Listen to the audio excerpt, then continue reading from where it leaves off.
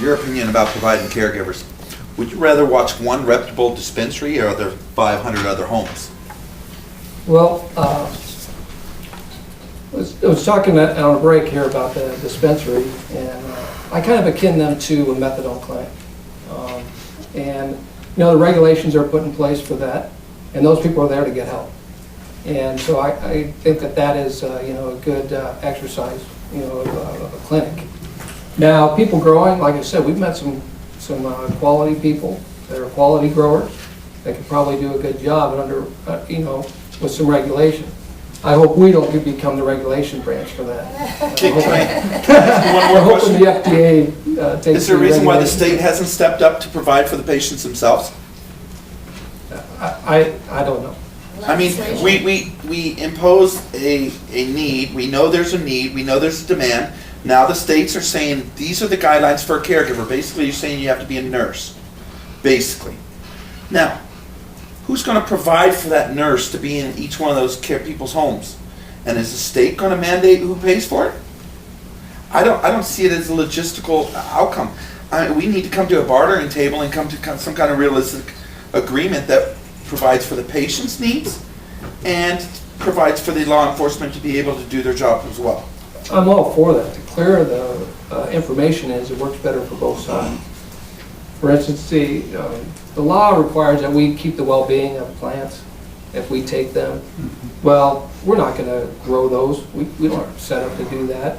I wouldn't have the knowledge. You know, we'd give you a hand, we'd teach you how. So we're going to err on the side of the Constitution on the law. We err on that side. And, you know, we're an enforcement branch. We do not make the regulations. You know, I understand. The Colorado Drug Investigators Association has a position on this, and they'll be down there. I'm sure they know Ernie Martinez, and he'll be down there from the city of Denver. But that's an organized group. They'll have an opinion down there. A CNN article I read last week suggested, Harvard economist suggested that if we legalized marijuana, that there would be a $77 billion net swing in the economy.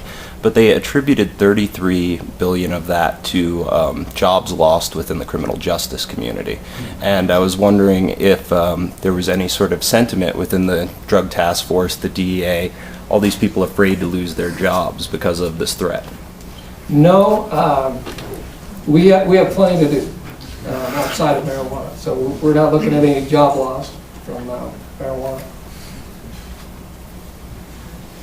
Okay, I deal with a lot of people that are in assisted living centers that the state is happy to pay for their methadone, their Valium, their Vicodin, whatever, but their ability to access quality medical marijuana is limited, and it causes for incongruencies to their level of care, the quality of their care, because they're struggling to be able to pay for the medical marijuana. That's just a statement that I'm putting forward here, that it's something within our system that needs to be addressed. They have trouble being able to purchase the medicine. You know, that's actually one of the main benefits of having the larger dispensaries. Number one, they're going to be able to receive, you know, good quality, clean medical marijuana rather than having to go to the streets. In which case, you know, then that also becomes the danger. I completely agree with you that I believe the state should absolutely have some type of an assistance program for it. That also comes over to the caregiver side of it, where they don't have the financial means or the space available then to also cultivate their own medication. So it's going to be patients like that that are going to suffer the most when, you know, if the state does try to impose this 1-to-5 ratio. I have a question for the officer. As a kid, you know, being like 6 years old and playing with guns and stuff like that, that was like being a cop, and the police was just like awesome, and like probably the most respected thing as a kid I looked up to whenever I saw police. And then as I got a little bit older, I started to see that there were some kind of differences in necessarily pertaining to the marijuana laws that seemed incongruent to the reality of that this is a position of protection, and I actually lost a lot of respect for the police on this subject. As I get older now, and I really realize that and I've worked all my life, that hard work, and your guys' job must be incredibly hard, that I have a great deal of respect for the police. And upon recently going over to Holland on a vacation, I see that the teenagers, in a lot of sense, that don't have respect for the police here in America, have a great deal of respect for the police there, and the police are just as respected in the sense of someone of the community as I think they should be here in America. And I think the police have gotten a bad rap and a certain level of disrespect that you guys have had to carry as a burden, because you guys are protecting us. You guys are creating this society that we can live in that's peaceful and homogeneous. At the same time, you guys are suffering because of these laws that maybe don't make a lot of sense. And at the same time, even though I don't agree with them, I do feel bad that you guys have to burden us for something so simple when your real important job is to protect us from rapists and murderers and terrorists and Madoffs and all these other things. So I hope that we can restore that pride in children and adults to the police force that the police force really does deserve.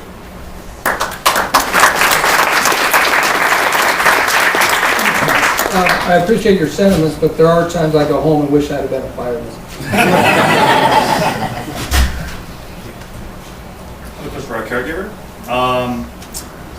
Just in terms of concoctions that you find that you can give to a patient, do you find that tinctures give them enough relief and not have any of the psycho effects that smoking Absolutely. does? We actually do have, just as an example, we have a diabetic fibromyalgia patient that it currently is actually being weaned off of her insulin by strictly using glycerin. When one dropper full of glycerin every morning, her blood sugar level has stabilized. It has activated her pancreas. And the glycerin is a marijuana tincture? It is a food grade vegetable-based glycerin that has been infused with marijuana. So by using that, it is levelizing or stabilizing her blood sugar levels. It is also taking care of the body pain that she receives as a result of the fibromyalgia. And again, like I said, it is also kind of kickstarting her pancreas, so that we just got notification the other day that her doctor is actually dropping her from 17 units to 15 units on her insulin. She is insulin dependent. She's lost weight. And the diabetic neuropathy has started to decrease quite a bit. So yes, there are definitely benefits to using marijuana in non-psychoactive forms.